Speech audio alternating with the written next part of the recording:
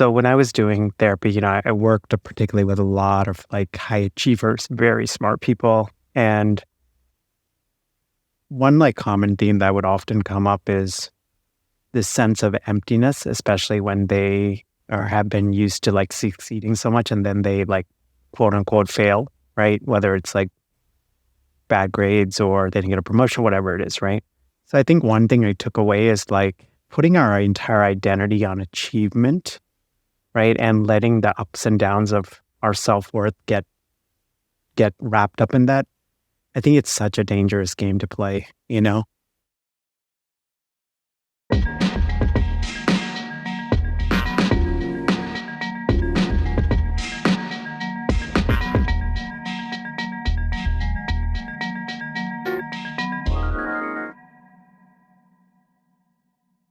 Today, I am talking with Melvin Varghese. I am super excited to talk to him today because I think he is someone that is very aligned with me. We're both girl dads and trying to design lives around our family and trying to figure out what that really means, doing the weird work that we're doing, which doesn't really come with a plan, even if we wanted one.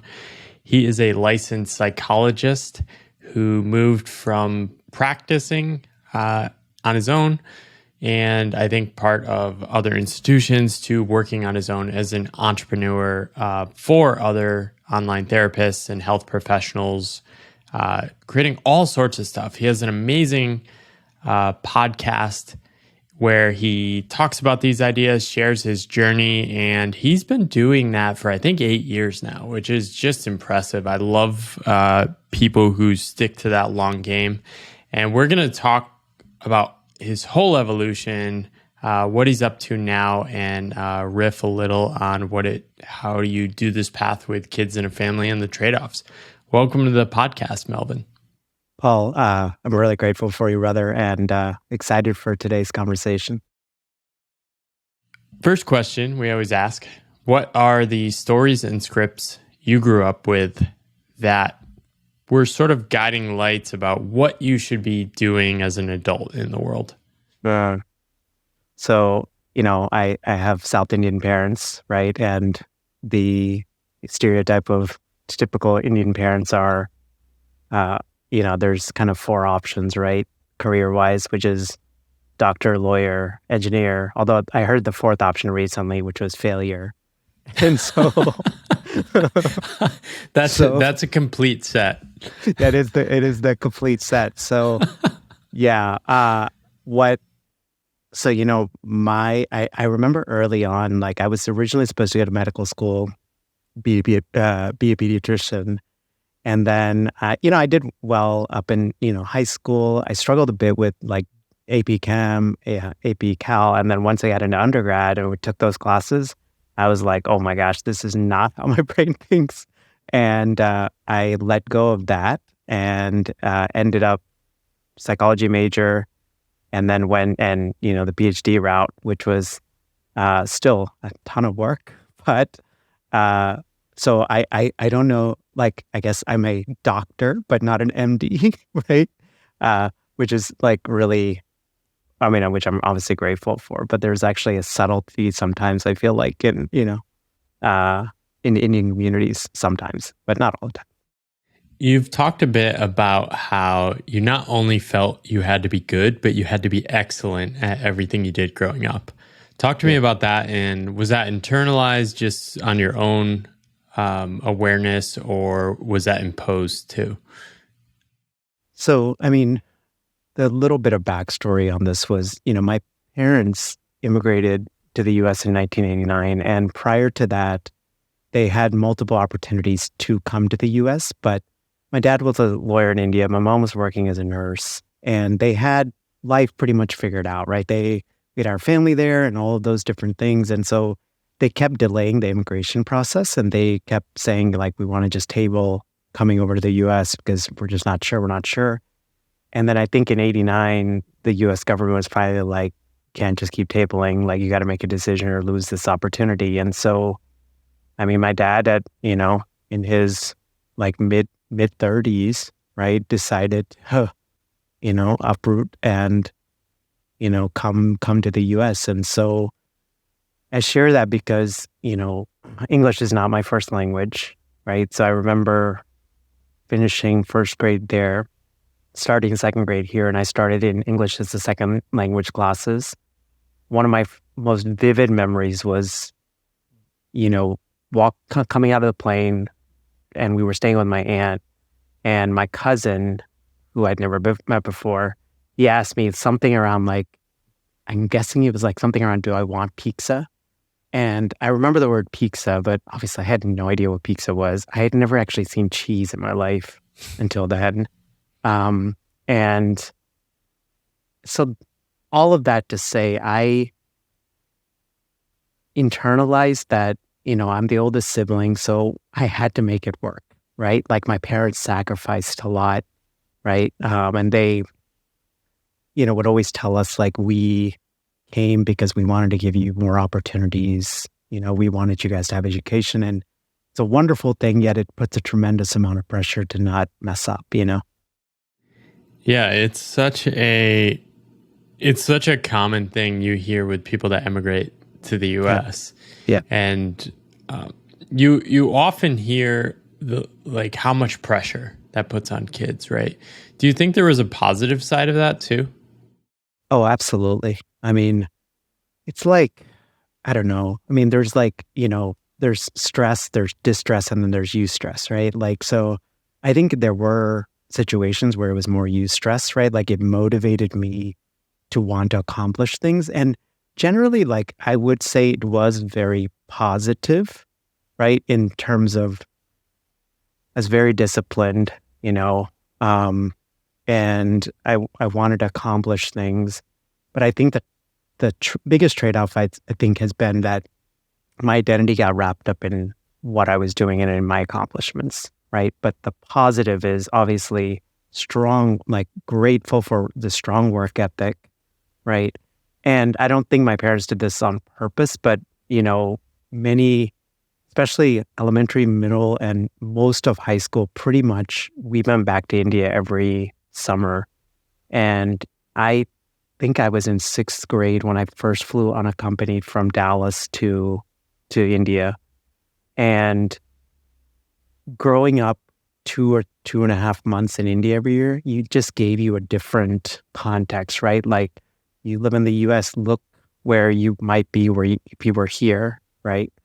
And I don't know, it was just, I don't think my parents did it on purpose, but I think it gives you a different framework, right? Yeah, and did you see we struggle to have good food, especially in the 90s? Yeah, right. Oh my gosh, yes. Yeah, now looking back at all those commercials that we saw, like, it looked amazing, like, right? Yeah. What was it like in Texas? I mean, I know you were in Texas. Yeah. I think the stereotype of Texas is like a very white conservative place, but living here, I've been surprised at how diverse it is.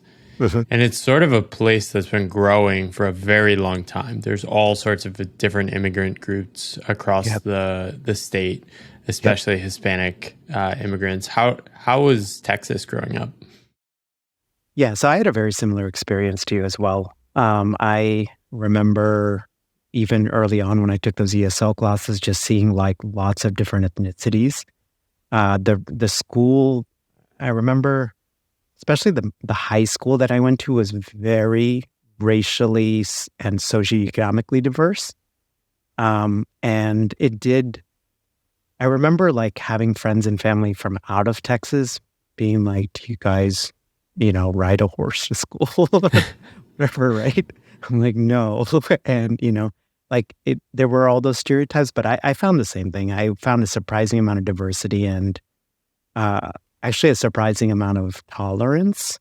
Now looking back, and again, I couldn't connect those dots or even understand that language at that age, but it's what I found. So you went into college, you thought, okay, I might be a doctor, which is also just crazy that people decide that at 18. I'm still trying to figure out what I want to be when I quote unquote grow up. But it's a crazy, it's a crazy pressure, like how does one know that, at that age? Yeah. Do you know what you want to be when you grow up now? Oh, what I'm doing now. 100%. That's awesome. And Yeah. is it mostly and I've heard you talk about this and I love it. Is it mostly because do you measure success around, okay, how am I spending my days how I want to be spending them? Yeah. I think in the early, I'm 8 years into this like creator entrepreneur journey. And I think in the initial days, I measured it by revenue. But I think these days, especially after our daughter was born, um, I started looking at a more holistic view. And I started designing it more around the life that I wanted to live. And I think this has been one of the hardest things because, in the online space, right? Like there's such an emphasis on revenue and this sort of like, I don't know, this strict like lifestyle that really didn't honestly resonate with me because I'm not that like flash. Like I kind of want a simple, boring, You don't like, need a Lambo? no, not yet. And not Not yet. ever. Not forever. Yeah. Apparently, this is a thing I heard. Side note, not with Lambos, but with planes, there's actually entire companies that create and where you can like rent a plane for an Yeah. hour to do It's like crazy. But no, that like never resonated for me. And I think once I know we'll talk more about this, but I think being a man and raising and having a daughter, I think it puts so many things into context that like living for her and wanting her to have the opportunities that I have had because of my own gender, right? That became a bigger why for me. That's And awesome. yeah, so, but I don't know that, I don't know. I mean, I'm 41 and then, we also had, our daughter when I was in my late 30s. So I think part of it's also just the wisdom of age too. Yeah, definitely. We just had my daughter, I'm 38. My mom and dad had me when they were in their young 20s. Mm, It's sort of a different game you're playing. I feel so yeah, blessed to have made so many mistakes yeah, when younger and really yep, figure out a lot of these things. yep. And we'll definitely dive into that. I wanted to take a step back first and give the listeners a little perspective of your journey. So, you decided to pivot into psychology. You ended up going to do a PhD. You did a couple postdocs as well. Yeah. Where was your head at that time when you were doing the postdocs? Were you thinking, okay, my goal is to do my private practice. I'm going to make a good living doing that, and that's it? Was that the mindset at that time? Because I think it was early 2000s, right? Yeah, yeah. So at that point, it was like, no, like yeah, early 2000, 2009, 2000 to 2012. So I did my clinical training at Bandy, and I had a job offer there. So I was going to work at the university at the counseling center, either at the counseling center or at the med school, and doing like therapy primarily, a little bit of assessment, and my vision was to do that and then do like private practice on the side or like maybe teach a class at a community college or something like that. Entrepreneurship wasn't even on my radar. Again, I don't fault my parents at all because I think they did what made the most sense to them and they did what they thought was right and they chose a path or they encouraged a path because they thought this was the safest. Like, my gosh, we have left in all our people, left our country, and what's the most best way and what's the most safe, right? So I've never taken a business or marketing class ever. It's all been like just learning. So that was the path. I mean, and it is wild because I just passed, last year was my 10 years of getting licensed, and I just think about how even in the span of 7 years, how much my career has evolved, because I know the 2012 Mel would have been like, okay, I was going to be like a training director at the University Counseling Center or something. Yeah, what started to plant a seed that a different direction was possible? So I think throughout my life, now I look back, I think there were always seeds or markers there. Just to even share like a little story, I grew up primarily with my maternal grandparents, and they lived. Remember they got like a refrigerator maybe in the 80s, right? But they had this room in the back of their house, which is like a storage room. So they would store grain and all of that kind of stuff in the back. And it's also where my grandpa kept like all of his tools. And it was right next to the kitchen. So I spent a lot of time in that room. And I think particularly so my grandma could kind of keep an eye on me. But they basically gave me like hammers, saws, wood, That's awesome. like nails. I mean, I must have been 5, 6 at most. And I think about that now, but I think there was just it fostered in me to always create and be a creator. And I think now looking back, anytime I have felt constrained or limited in my creative potential, I think there was always a subconscious part of me that wanted to break out of that. Yeah. I find a lot of people that take these paths, there's always stories like that. When you look back, it's for me, I was writing on the internet when I was young. I was building websites, and then I went and got a career because that's what you were supposed to do. Yeah. And then I'm a little older like you, and slowly it was, oh wow, I can do those things I loved doing as a kid and actually pursue this. What inspired you? What were some of your first experiments? I don't know if the podcast was your first experiment leaning into that, or there were others before that. Yeah, so I always had like little side hobbies. So like you did website design. I learned how to like build computers and overclock them and all of that stuff, to Did you subscribe to PC Magazine growing up and stuff like that? Listen, Paul, I didn't go to that level. It sounds like you may have. I did. I didn't build the computers, but I was just so nerdy about it. I loved it. Yeah. But I think that's what but listen, my nerdy moment, like obsessively reading about, every NVIDIA video card and, how to maximize the whatever the GPU or whatever on it, right? So I had moments like that where I was learning to build computers. There was a season where I was like really like into landscape photography, to the point where my parents, while I was in my PhD program, they were worried that I was going to drop out of my PhD program because I was really into photography. And I wasn't really considering it, but I just thought there were all these hints that there was a creative part that needed to emerge. But I never put it together. We can definitely talk more on this, but I think there was always this part of me, and maybe part of it was like disappointing my parents, or what would like sort of the Indian society, like our community think, like if I actually did something atypical, right? And so I always got to that edge, and I just never actually took the leap. Yeah, what actually made me do it, I think partly was honestly moving to Philadelphia. Part of it was having a very supportive partner. Part of it was privilege, right? Like my partner is a professional, so we had the privilege of that, dual income and health insurance and all that. Part of it was, so there were, kind of two events. So I know we'll talk more about our daughter, but like the first event was in 2015 when I was working in a group practice doing clinical work, fee for service. So, if you see clients, you get paid. If you don't, you don't get paid. And I, typically had really good show rates, but the Northeast got hit with a nor'easter. And, when you grow up in Texas your whole life, your understanding of snow is like, what's a nor'easter? Like, it'll be fine, right? 30 inches of snow in about a day and a half later.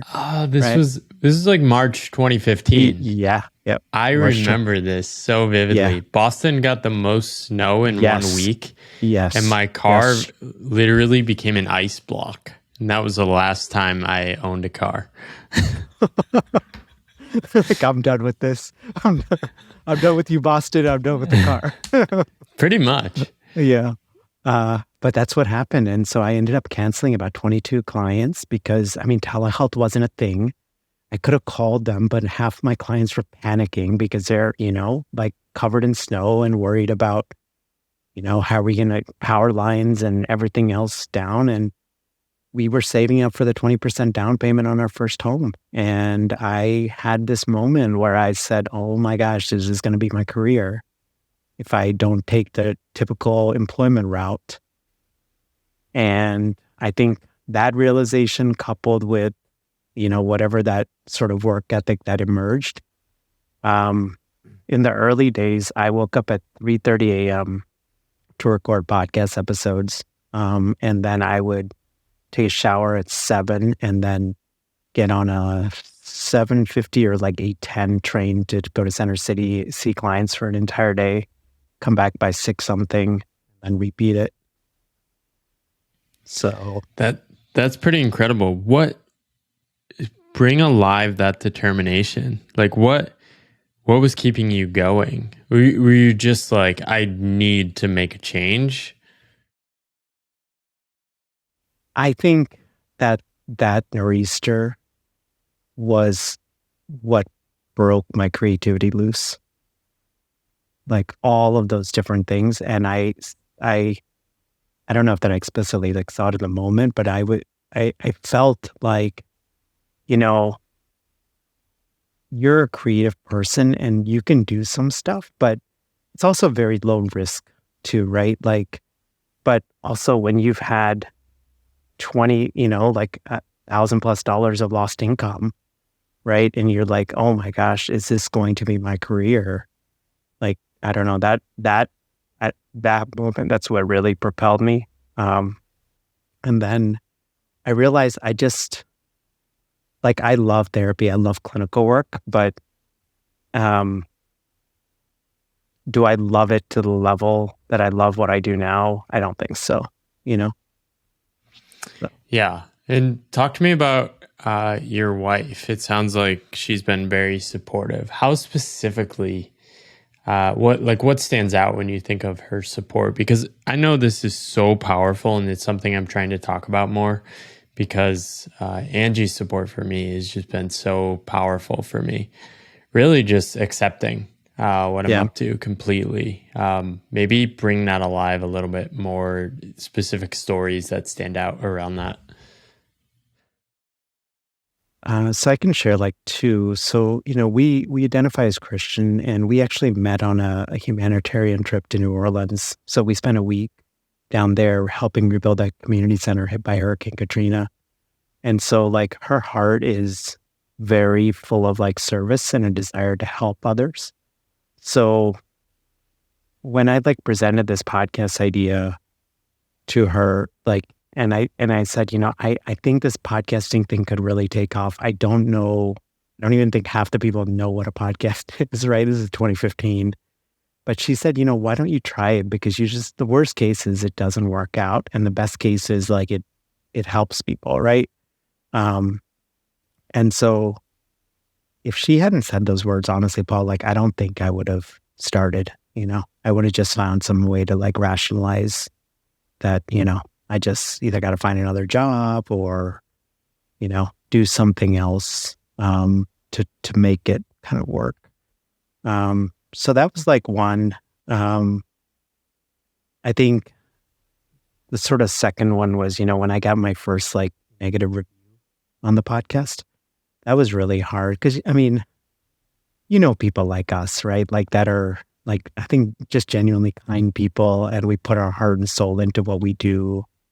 And then to have somebody on the internet that has presumably never met us, right? Like, I remember my first... The haters never actually listen to the episodes. They just like react to the title or the concept of what they think it is. But it really hurts early on. It does hurt. And now I'm like, whatever. Yeah. I am too. I think I've gotten more immune to it. But that first one, like the person liked, it was a great image actually, but it just kind of hurts still. They likened my episodes to like a sandwich or something, like full of fluff, but not of substance or something around those. It's a great visual image, and that kind of hurts. So, yeah. But when I got that review, I mean, she was just so encouraging. She was like, the longer you do stuff like this, it's definitely going to happen. So Yeah. How'd you come up with the name? Was that the name from the beginning? It's such a the good name. uh man, like when I get asked this question, like I want Selling the couch, by the way. yeah, I want to give like a really like yeah, I knew what I was doing.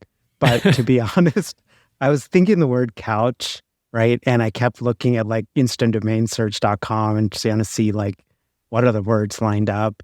Couldn't find anything that was that interesting. And then literally in the shower, like I'm, going through and I do this like dumb thing where sometimes I'll write on the tile, right? Just in my hands. I haven't gone to the marker level yet, right? So I'm like couch, thinking of like, 2 words before or after. I was like sell the couch, selling the couch. It's like selling the couch. It's a good one. So I literally put on my towel, dripping wet. My wife's like, "What are you doing?" I'm like, "I gotta go buy a domain. I gotta go see if it's available." And so I go and lo and behold, selling the couch is available. But the what I didn't realize is my niche is now going from clinical to online income, right? And the symbolism of selling the couch, like that was pure accident. So Yeah, it at the beginning you probably thought, okay, this is the way to make money as a licensed therapist, and then you sort of planted the seeds for your future metamorphosis of moving on from that. And yeah, yeah, it's such a. I love when names just flow. Like it's something I hear and it makes sense. People might have different meanings to it, but it just works. It's beautiful. And talk to me. So I couldn't find your early episodes. I wanted to listen to them. I think you only go back to 98, episode 98. But what were the first couple episodes about? oh, I'll have to fix that. Yeah. So the first episode was an intro one that I recorded 7 times because I didn't know how to edit albums and I was in GarageBand. So I was like, I got to get this perfect. And so that was the first one. The second was, oh gosh, this is another story. So it was a colleague here that I found out was local, and he was a sports psychologist who was doing what they call like nutrition or weight training programs for athletes. Like he was selling these like digital versions, right? This is 2015. And I came to find out he was in Philadelphia, and I reached out to him and I was like, "Hey, I'm launching this thing called the podcast. Like, I want to interview you. Would you be open to this?" And he's like, "Sure." And I was like really starstruck, right? And then he ended up coming to the house because he was like, "I can just drive over there." So we literally, because I only had one mic, right? So I've got one, $50 ATR 2100, and That's the best starter mic there is. best starter mic. I've got an ironing board, right? So I stick the ironing board in my little home office, stick the ATR right in the middle, and I was like, "Okay, Corey, I'm going to ask you a question, and then I'm going to point to you, and then you come over and talk into the mic, and then you point to me when you're done." We did this for the entire episode. So it was basically about his journey. And so the early days, I interviewed a lot of therapists about how they built their practices, the lessons they learned. It was very scripted because I learned podcasting from like John Lee Dumas. So he had a very set format. And so in my mind, I thought that's the same way I should do a podcast. So I would have these standard questions. What's your favorite, business book that's inspired you? What's your favorite quote? So those were a lot of those episodes. And then I think my first solo episode was, I think I talked about like what I had learned from like a month of podcasting or something. That was generally it. I didn't listen to the first, I would say 60 episodes of my podcast for a number of years because I was like, this is so cringe. I'm not listening. Yeah, that makes sense. The early phase of creating, I try to tell people that are starting, there's sort of two phases of creating. Phase one, your only goal is to just ship a lot of stuff because you need to get through the period where you feel bad about what you're posting and you're worried about what people say. Yeah. Now, what often happens in phase one is you realize nobody's listening or following. So quickly you start to realize, oh, nobody's listening. I actually want people to realize this. And then you can kind of move on to phase two and figure out, okay, what is the rhythm? How do I keep this going? How do I play long games like that? Yeah. Do you have a sense for when you shifted to your own phase two in my made up framework?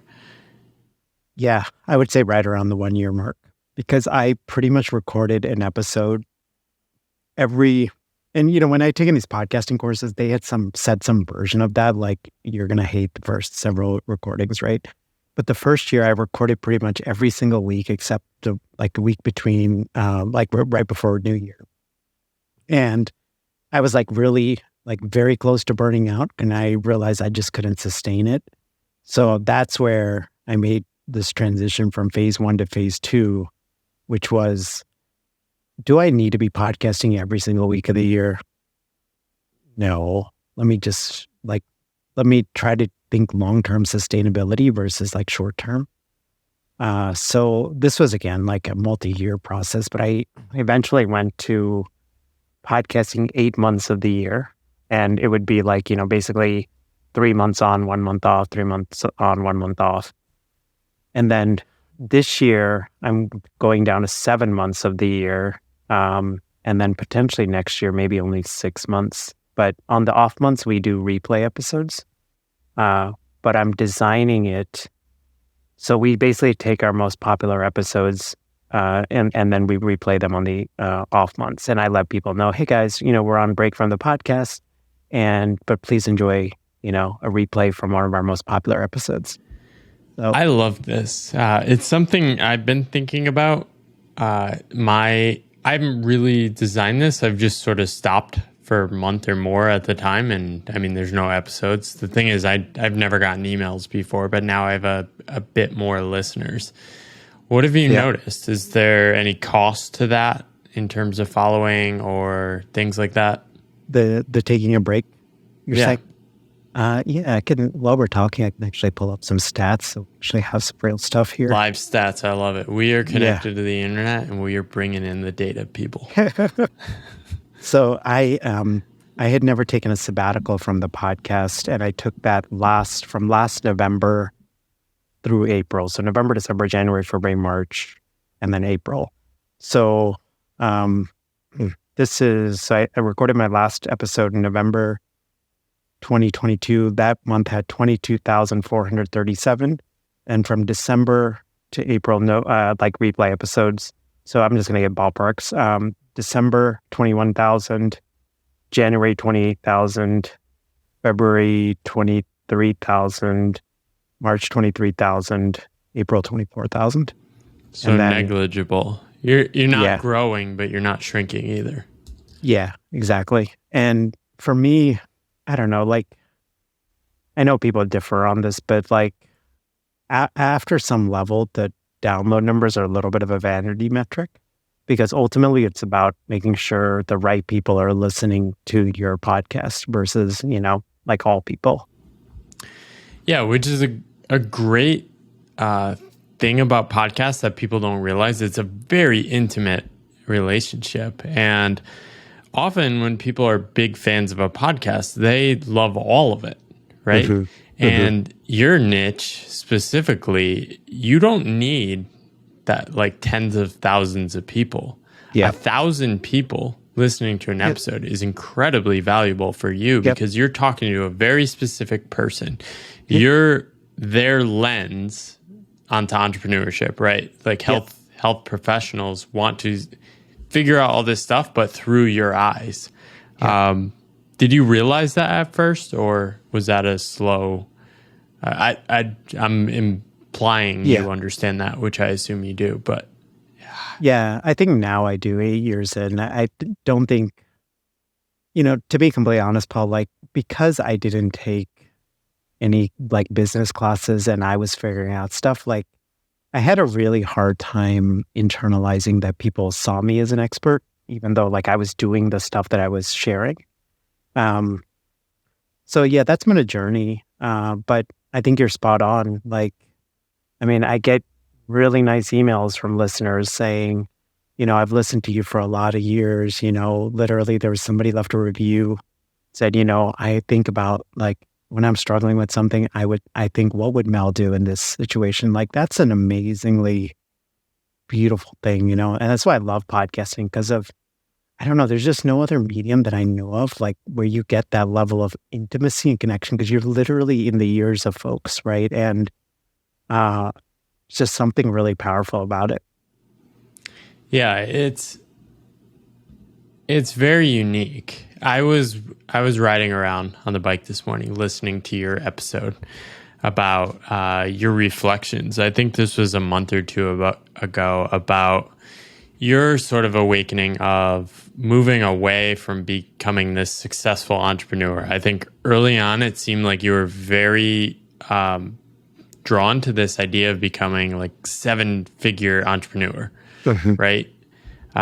Talk to me about that. How did you decide you wanted to aim at this? Was it other people you were following? Was it just something you didn't have another way of seeing success? To be completely, to be completely honest, like one of the things I really have struggled with in my life is, I feel like because I didn't go the medical school route, there was like a disappointment with my parents, even though I got a PhD. So there was this, I think, subconscious part of me that I like disappointed my parents, disappointed my community, all of that stuff. Like I wasn't achieving something, and financial is often the metric. So I looked basically at like what are the highest like paid positions could make, and let me just aim for that, and aim even higher so that like nobody can question it. And it's so superficial. Like when I think about it now, I don't even think it was like a conscious thing, but that's where I kind of landed. But I think as I've gotten older, I realized there's so much more nuances in there, right? Like generally high income, right? Especially in traditional W-2 work means a lot of sacrifice of your own time. Your employer owns your time, all of that kind of stuff. And I just didn't see any of that stuff. Yeah, so we'll definitely dive into that. When did it shift from doing a podcast on the side to, oh, this might be something that could take off? I know you didn't end up leaving until the pandemic. Yeah. But when were the first, like, oh my gosh, this stuff is taking off? Yeah. And how were you making money? Yeah. So the early days, so before I started the podcast, I think I had put some feelers out like in some Facebook groups, and a company had reached out to me that was basically creating, I forgot what it was, like a website design service, I think, or it could have been that or electronic health record for therapists. And they were like, hey, have you thought about sponsors on the podcast? And at that point, I told them no, because not that the money, but it was more like, I'm so new to podcasting. And I guess there was some gut feel in there. I was like, I feel like introducing a sponsor at the beginning when I didn't have any sort of loyalty or recognition. I felt like that might devalue what I was saying, or even, like degrade the brand in some sort of way. So I declined that. I launched in March 2015. Pretty much, I would say from April, I started getting emails from other therapists asking how to do this podcasting thing. How did you launch your podcast? How did you get in this like new and noteworthy thing? What did you do? And so I remember like, gosh, this is, and this is a whole side thing, but like when I was working at the group practice, like I was getting like reimbursed maybe $40 to $70 a session, right? And I was like, you know what? I want to like double that right? Or at least double that. So I charged, can't remember if it was exactly like 150 or 200, something around in that ballpark. And people were willing to pay it. And I was like, oh my gosh. So, but I quickly realized I was just doing the same training type for income, but just on more higher, right? So in November of that year, I launched a podcasting course I called it initially for health, wellness, and fitness podcasters because I was so scared to niche my course down, Yeah. even though therapists were my primary listeners. But we had 8 buyers at $297 for that course. Wow. And that's when I realized that there could be potentially something there.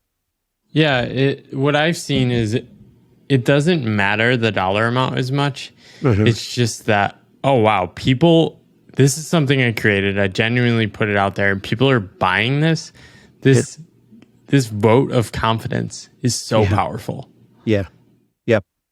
And I think I'm a big fan of this because it's exactly what you said. It propels you to do something it propels you and gives you a courage that you probably wouldn't have on your own, right? Like you've got one-on-one consult. Oh gosh, this is amazing. Now I'm going to, thinking about a course and people are saying like they want to know more about it and what should be in the course. They're telling me what should be in there. Like, we've got beta pricing and oh my gosh, people are signing up. Like, yeah, 100%. So pandemic happens in 2020. You are working in an office still. Talk to me about what happened over those few months and what came next. So I was down to 1 day of clinical work. Again, I'm the example of like very slow and deliberate. Like I literally pulled back like half day at a time. I love that though. I think this is something I talk about in my book is that this like leap. When was the moment you knew and took this bold action? It's fake. If you dive into people's stories, and this is really what I'm trying to do with this podcast, is it's this long process. Yeah. It often takes 10, 15 years of this small thing, that small thing, then this happened. Yep. And then often the trigger at the end is just like, oh yeah, I was headed in this direction anyway, and now it's finally time. I did 99% of the work. Yeah. Yeah, it's definitely not as glorious as sometimes it's made out to be. And then I think that perspective also negates the nuances of people's lives, right? Like, so for example, for me, we had just bought our first home. So there were like mortgages to think about. And, we were like thinking about having a child, right? So a lot of budgeting stuff. And so it just didn't make sense, on any sort of level for me to make that kind of leap. And in fact, for me, I've struggled part of, we started our conversation talking about the cost of like the work ethic and all of this. But I think part of it for me has been a struggle with persistent anxiety. And I got to, I think, a level, if I had made that leap, just the proverbial leap, I think my anxiety would have flooded me. And I think it would have crippled me. So I needed to do this in slow, intentional, bite-sized pieces. Yeah, I love examples like this because it tells people, oh, the courageous leap is a thing people do and it gets celebrated, but there are other models. Yeah. Yeah. And for me, the off-ramp was freelancing. So I wasn't in love with freelancing, but it was, okay, this is something I can do to make money. I have no idea what's coming next, but I'll just buy some time and figure it out as I go.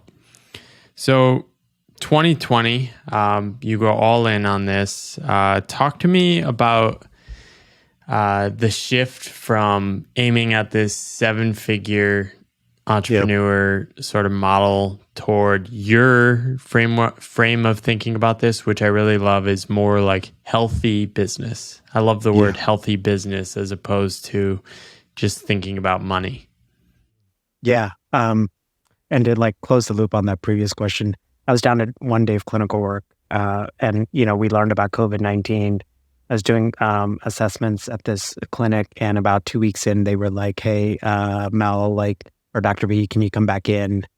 Because, we were so like slammed. I was in I do these assessments in probably like a 10-foot by 10-foot room, no windows, no ventilation. 100% guaranteed I would have gotten COVID. I wasn't worried about me getting COVID, but my partner has asthma. Our baby was an NICU baby, had some breathing issues early on. And I was like, there is no way I'm gonna, like no amount of money is worth like, potentially like losing a child or, any of those things. So that's what caused it. What shifted for me? So it is like, I think the transformation started happening in 2018 when our baby was born. So we actually weren't sure we could have our own kids. We struggled with almost 2 years with infertility. And every screening, Paul, like you understand this, like every screening, everything was perfectly normal. And I was getting ready to go to Podcast Movement, which happened to be in Philadelphia that year, Monday morning. And it's like 5 a.m. I'm brushing my teeth, my wife screams, come out, and there's like water all over the carpet. And I was like, what in the world is going on? And then like it clicks, we sprint, drive. I don't even remember that drive to the ER. And it's like 30, 32 and a half, or basically, I think 32 a week, something around there. And they basically tell us we have to stay there until at least 36 weeks. And at that point, they'll do emergency C-section and get her out. We lasted about 4 days, and the baby was having, basically the placenta was collapsing on the baby. And so the baby was having difficulty breathing. And so there ended up needing to be an emergency C-section on that Thursday morning at around 3 a.m. And I remember sitting, it's always like this, like what you think of in movies, right? Like I remember like cold, that hospital white lighting, right? It's the worst. It's worse, right? And very like, I literally by myself in this, there's 3 chairs there. I'm in this hallway. They said I couldn't go in during the delivery because it was emergency, it was too high risk. And I remember them saying like the baby's out. Then I don't hear the baby crying. I don't hear anything. I don't hear my wife's at this point like under, right? So, and then it's like the longest 90 seconds of my life. And finally I hear the baby crying. Come to find out, they had tried to put my wife to sleep, and they didn't work. So they had to give, I guess I didn't learn all this, but the beds actually rotate different ways, and to make I don't know, like name, but like make her go under, and the baby ended up getting some of it. And so that was what the delay was. And I shared that because, at that point, 7.5 weeks early, 3 pounds, 12 ounces, barely the size of a football. I have some early pictures. It's like, she was like literally, that big. And 2.5 weeks in the NICU, we saw her, like visit her every day. And then followed by a 1.5 years of early childhood intervention because she had low muscle tone and couldn't sit up on her own. So I just share all of that because in 2020, what made me stop focusing on revenue actually happened in 2018 because I realized how precious life was. And we can all have it taken away from you, and the things that we think are the most important, my wife could have died and my baby could have died. And so I just thought, I always wanted a daughter, and I wanted to design. I just thought, what if I stop measuring everything based on revenue, but what if I start more measuring it based on the quality of connection that I have with my wife and with our baby? And so I immediately dropped to a 4-day work week.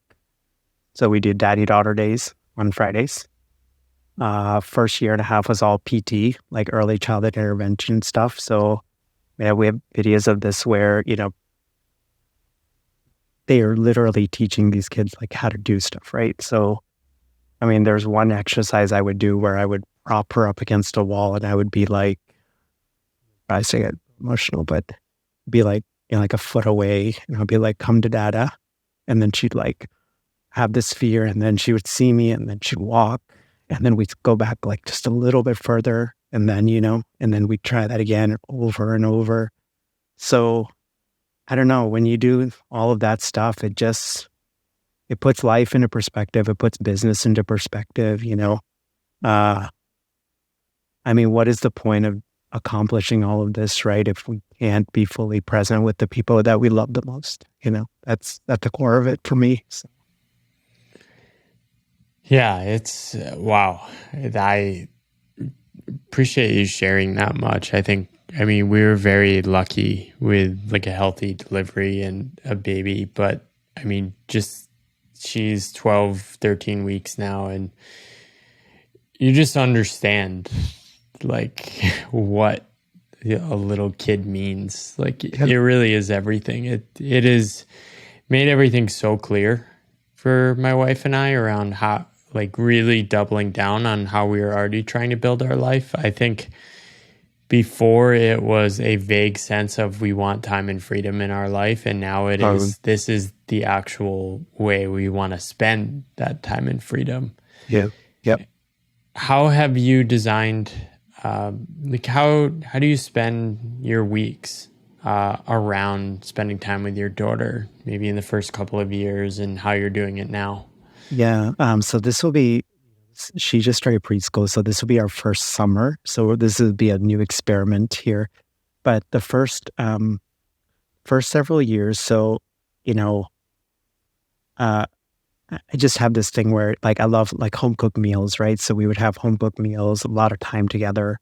Fridays were always daddy daughter days. So those PTs, when she like kind of graduated, we moved them to, my whole thing was to give her lots of experiences over stuff, right? And so I thought, okay, what are some realistic experiences that we can give? Okay, so first started like at the park, like daily trips to the park, that moved to like arboretums, then to museums.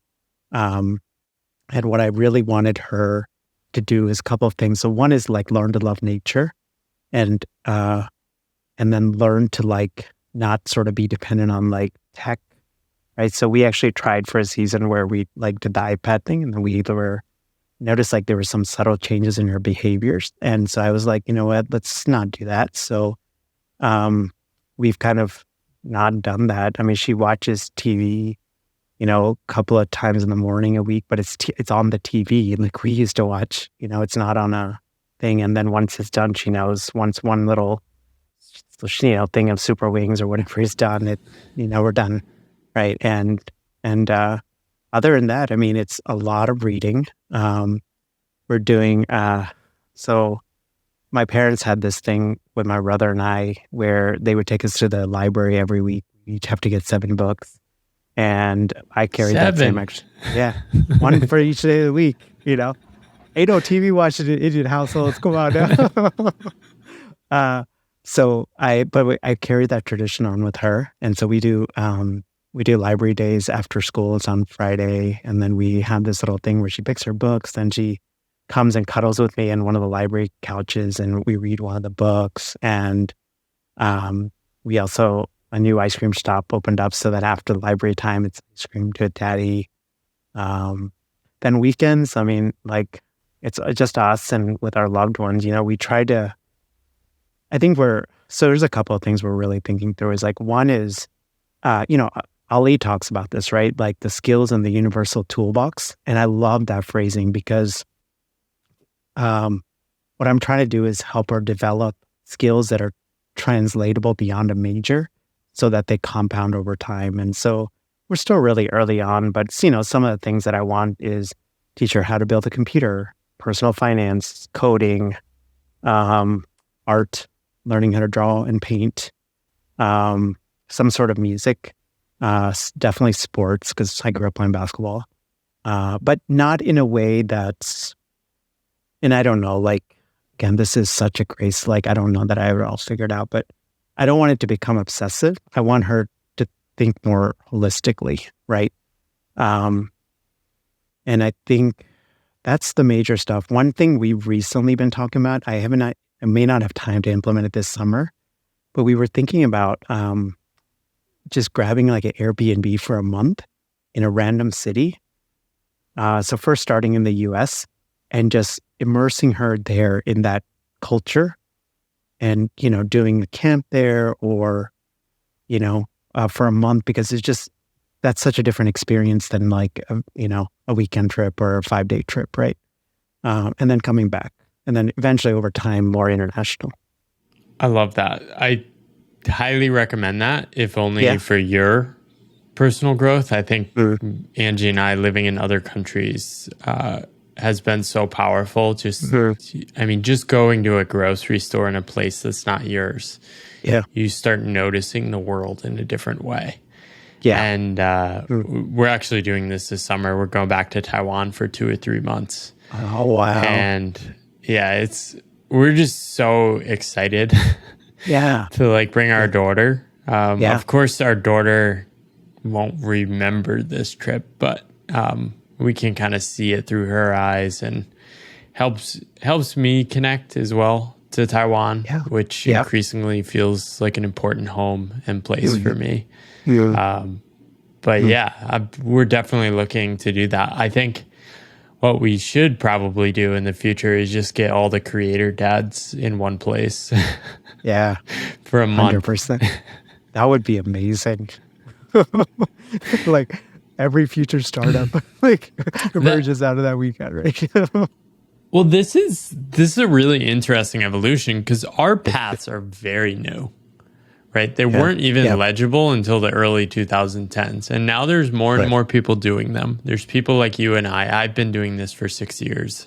You've been doing it for 8+ years. And people are starting to have families, because that was always the knock. Yeah, you can do this. What about when you have kids? Yeah. It's like, well, we're all figuring it out and finding out as we go. But it's really cool to see more, especially men doing this. I think for me, the men I was surrounded by in the corporate world were just like, yeah, family first. And then they're putting in 80 hours a week. And you're like, this is an interesting version of family first. Right. And I think it's hard at the same time, because if you're like me, I love what I'm doing, right? And when I don't do it, I sort of miss it. So it's a constant balance. Right now, we're basically just taking it day by day and seeing what there's space for, seeing what there's not space for. Yeah, and I think especially in those early days, I think that's definitely the right approach, because I think the counter to that is often imagining what you should be doing, right? This sort of mythical, like, I'm supposed to be doing this, and then like feeling like you never measure up. And I think that's just not a good headspace, I think, for anyone, Yeah, this is why I spent 5 years writing about detaching your identity from work and sort of memeing myself into my own ideas. Right. So it was a good preparation. I think you've gone through a similar shift too, around not seeing yourself. You had, the way you put it was, selling the couch is something I do, not who I am. How did you make that shift? Well, a lot of therapy, a lot of spiritual work. I think first and foremost, I think it's really hard for people like us that have achieved, right? And, in terms of either degrees or like professions. How did I make the shift? I think part of it is, like my podcast, Paul, like, to be honest, like if I could get like 100,000 downloads in like 10 years, I would have been like, oh my gosh, this is amazing, right? And now you average that, I would say, every, about 4 months or so, right? And I kind of like, again, this has been very slow. I thought like getting up to there, you get up to that level and you're like, oh, this is a little anticlimactic, right? And And you're like, maybe it'll be cool after 500,000. You get up there and you're like, oh, it's awesome, and you're grateful for it. So I think I've started over time. I think I started to detach myself from the outcome, but more process on just more work on the process and getting better at the craft. And I think I much more enjoy that. You know. What are some of the tools you've been able to apply from the therapist toolkit to your current journey? So when I was doing therapy, I worked particularly with a lot of like high achievers, very smart people. And one like common theme that would often come up is this sense of emptiness, especially when they or have been used to like succeeding so much and then they like quote unquote fail, right? Whether it's like bad grades or they didn't get a promotion, whatever it is, right? Um,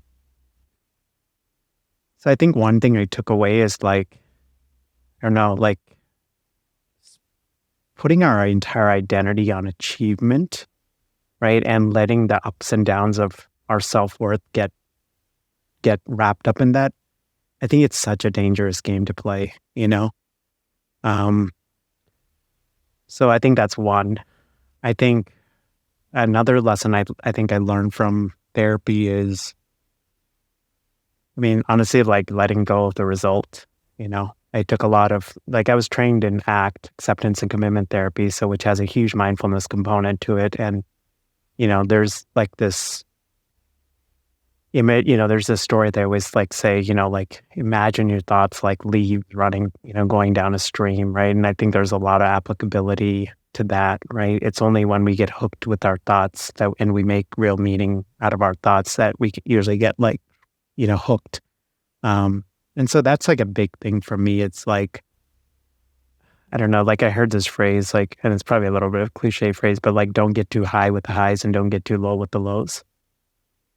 And I think that's what I think I've gotten better with. I'm grateful for it. I'm like really humbled by it. And yet at the same time, it doesn't make me the whole of who I am. What's the work that when you stop doing it, you miss and you crave doing a bit more of?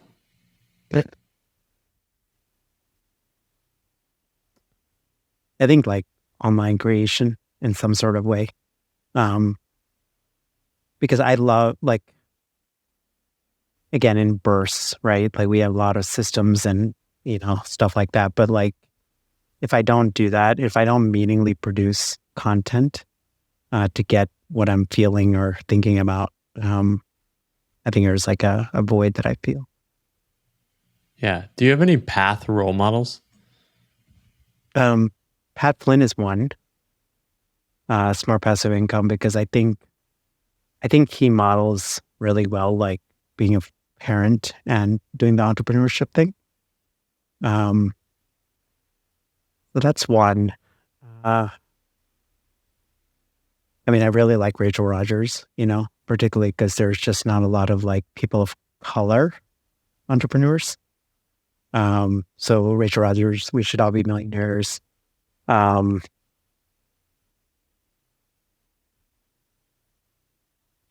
I mean, those are like the two kind of big ones that are coming to mind. What stands out about Pat Flynn's parenting? He lives out what he preaches, right? Like, his whole brand is Smart Passive Income, right? And on the surface, that looks like another one of those like salesy, slimy, like, I'm making, blah, blah, blah, right? But then when you look at his life and, he, at least what we can see, right, on social media and these things, right? Like you see like how invested he is with his kids when he talks about, being on the podcast, like on his podcast, how he records around the kids' schedule. I think he started a new channel with his son on The Pokemon stuff. one? Yeah. So I think that like stuff like that's cool. And, I've gotten to meet Pat a couple of times and he's like seems like a very kind guy. So I like that, I really admire how grounded he is, despite that level of influence and success. Um, yeah, that's the stuff that I want, sort of modeled and what I want to think about. I love that. Those sort of role models are so important, and I'm constantly looking for people that are on the dad path ahead of me. So Hmm. definitely looking at people like you as well. But what is your ideal day now? Oh, um, so I'm not going to bust out the Excel document here, the color coded one, but I You have a color coded document? ex- yeah, I do. I have a color coded schedule. So Monday through Thursdays I work, right? Like, so each day is themed because I realize I can only kind of focus on one thing. So for example, Tuesdays tend to be podcast and content creation days. Monday, Wednesdays are deep work days, usually related to our mastermind. Thursdays tend to be like our mastermind days. Um, the mornings from, again, I've had to like flex and figure this out. And right now, right, summer, I think will throw an interesting wrench into things, but basically 9 to 1 is my deep work times. I usually have like uninterrupted time. 1 o'clock to 1 o'clock to 1:45. I grab a hike every single day. I do a 3 mile hike. We have a park that's like 5 miles away. Perk of living in Pennsylvania because the temperatures are wonderful at 1 p.m., So I grab a hike, then I come back, grab a quick shower, do a 25-minute power nap. I take a nap 7 days a week. Uh, I grab a 3 mile hike 5 days a week. That turns to 6 miles on Saturdays and Sundays. And then we usually go pick up our daughter from school, drop her off at grandparents' house who watch her for a couple hours. And then right now in about 20 minutes, I'm going to go pick her up. And then I am on daddy mode. So I will usually give her a bath. We usually cook a home cooked meal. So I'll do that. And then it's the three of us for the evening, lots of reading, and then hanging out, playing. And then I wrap up. My wife's these are the little things, right? Which you just so appreciate having a thoughtful spouse, right? Like, so from 8 to 8:30 every day, my wife's like, just go do what you need to do, kind of wind down because she knows how my brain works. So I have this acupressure mat that I lay on every night, and I listen to like Jay Shetty on the Calm app, and then I do like a 5-minute journal thing, just to kind of get everything out of my head. Then I am in bed, honestly, by like 8:30, 8:45 at the latest. And then I get up at 4:50, usually get a workout in, like a HIIT workout. Again, this is not possible in the early days. This is only after the baby starts sleeping through the night, but it's pretty much my routine. I love that. It sounds like you basically aim to do about 4 to 6 hours of work a day. Is that Mhm. about right? Yeah. Yeah. So four Yeah. days a week, you're working about 25 to 30 hours a week. Yeah, exactly. And those last 2 hours of the day, the 3 to 5, it's what I call it learning time. So Yeah. I basically thematically learn different Oh, I'm things. in your So learning block. you are? Oh, yeah, you are. Yeah, you are in my learning block. It's okay. I can make exceptions. I have to I teach you something now. yeah, come on, you got like 2 minutes to do this. But I'm learning like different stuff that I'm interested in right now. I'm learning how to write like better prompts on ChatGPT and, on Midjourney as well. I've got one day for online course learning, one on podcast learning. And that's pretty much my days. And then weekends, lots of time with family, lots of time doing, adventures. We just made it out to Lancaster, Pennsylvania last weekend. And pretty much it. I like a simple, boring life, and I realize that more than ever now. It sounds delightful to me, to be honest. Yeah. So, yeah, Yeah. go ahead. No, you're right. Like, that's a great word. And I think that's been the biggest thing for me. It's like, what is a delightful life? And I think that's a question all of us should ask, right? And versus just assuming like this is what a delightful life should look like. I love it. Where can people learn more about what you're up to? Where can they find the podcast, the other things you're working on if they want to learn more? Yeah, absolutely. So the website is over at sellingthecouch.com. These days I'm writing a lot on LinkedIn, so you can definitely search for my name and find me on LinkedIn. On LinkedIn, I mainly just write about my journey as a course creator and a podcaster and, sort of the real life sort of lessons I'm learning along the way. Amazing. Thank you so much for sharing. Excited to continue to follow your journey and learn from you, and glad to have connected with another girl dad doing the creator life out there. Yeah, absolutely, Paul. Feelings are mutual, and I'm just grateful. I feel like this is the first of many conversations, so I really do appreciate you, and thank you for, being such a good model for many of us as well. Amazing. Thank you. Hey there, thanks for watching that episode of the Pathless Path podcast in video form on YouTube. If you want to see more episodes, you can find links to further episodes up here, or you can subscribe over here. Thank you for your support, and I wish you luck on your own pathless path.